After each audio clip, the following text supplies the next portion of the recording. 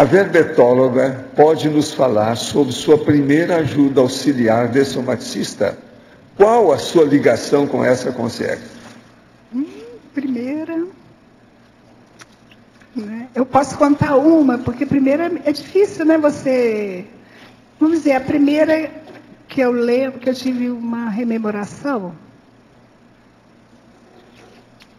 Bom...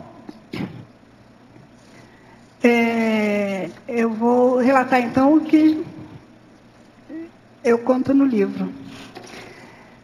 Eu tinha um vizinho, que ele tinha Alzheimer, e eles eram do Sul. E depois eu mudei desse apartamento, fui morar no mesmo bairro, mas em outro apartamento lá no Rio de Janeiro.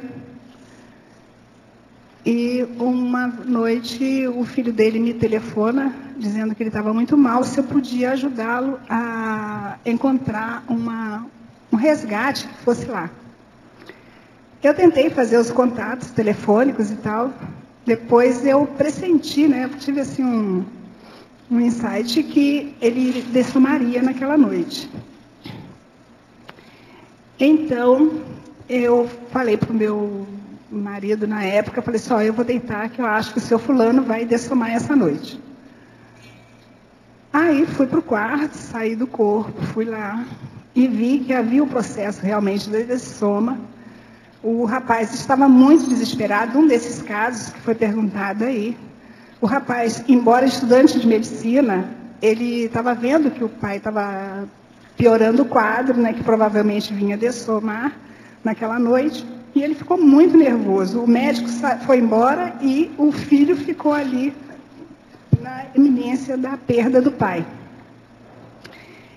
Então, nesse caso, eu tive que ajudar a acalmar o ambiente extrafísico, que era um pouco tumultuado, eles brigavam muito entre eles, para poder ajudar o senhor a sair do corpo e efetuar a dessoma.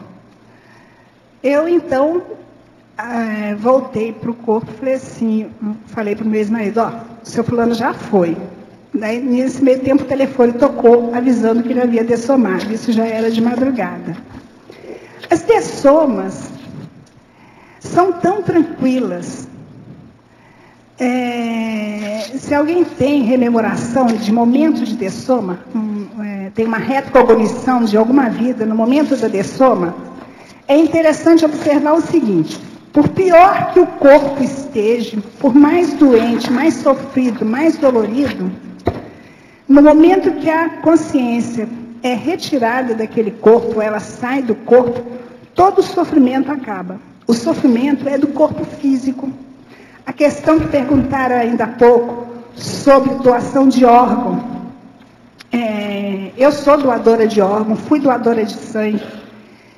E a questão é o seguinte: todo o processo físico fica no corpo físico. Então, você doou um rim, doou um pedaço do baço, do pâncreas, né, que estão fazendo aí agora por causa da diabetes, um pedaço do fígado para a recuperação do fígado. Isso tudo fica no corpo físico. Se você conseguir fazer essa conscientização, essa autoconscientização, você passa para a dessoma sem se preocupar se amanhã você vai precisar do rim, do útero, de qualquer coisa. Você doou um órgão, né? Doei. Seria bom falar que órgão foi, de que modo, como é, para explicitar o processo aí, seria bom. Pois é, tem 20 e poucos anos que eu fiz a doação de um rim para o meu filho. Quer dizer, ela só tem um rim. Eu fiz por isso que ela é séria, ela não ri muito. Isso é que não acontece. Isso é que não acontece. Bom, pois é. Então, eu fiz lacradura de tropas. Aí uma vizinha falou assim: nossa, e quando você morrer, você não vai poder ter mais filhos? Eu disse: é claro que eu vou, o corpo é outro. Preste atenção, gente. Né? O psicossoma não tem órgãos nenhum. E os órgãos físicos são desse corpo físico. Assim como esse corpo físico pode ser cremado ou se deteriorar eternamente embaixo da terra, aí, você não vai precisar mais dele. Nada que é físico, nós vamos precisar no extrafísico. Isso é importante ficar bem claro. Entenderam? Então, No momento que a consciência passa pela dessoma, que ela vira consciex, as dores físicas passaram, elas podem ficarem somatizadas. É diferente. A sensação de que ainda tem a dor daquele órgão. Entendeu? Então, essa sensação, através do esclarecimento, que é colocado no extrafísico, né, para as pessoas, você não tem mais esse órgão aí, você não pode doer mais. Você não tem mais isso, você não tem mais aquilo. Então, qualquer deficiência do corpo físico, não se preocupe. No extrafísico, você pode plasmar o psicossoma, completar o psicossoma e acabou. Se você não tem perna, não tem braço, não tem um seio, não tem útero, não tem ovário, entendeu?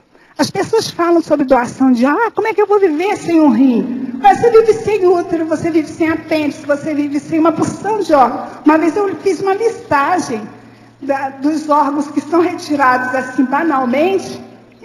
Vesícula. Agora, você está aí plena, faz 22 anos com um rim só. Isso. Nunca tive problema nenhum. Isso aqui nenhum. É importante, porque hoje perguntaram aí sobre doação de órgãos. Sobre doação de órgãos. Por isso que é bom a gente esclarecer isso. Tem uma saúde que benza a Deus, sabe?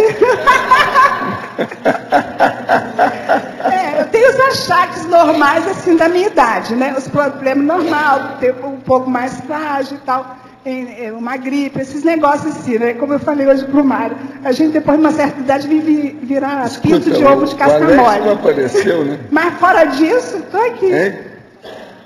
É? Está trabalhando, ele viajou, eu imaginei. Porque também ele poderia falar alguma coisa para a gente saber como é que é a dona Maria. Ela pode falar também. Não, mas ela é a filha caçula sua, não dá.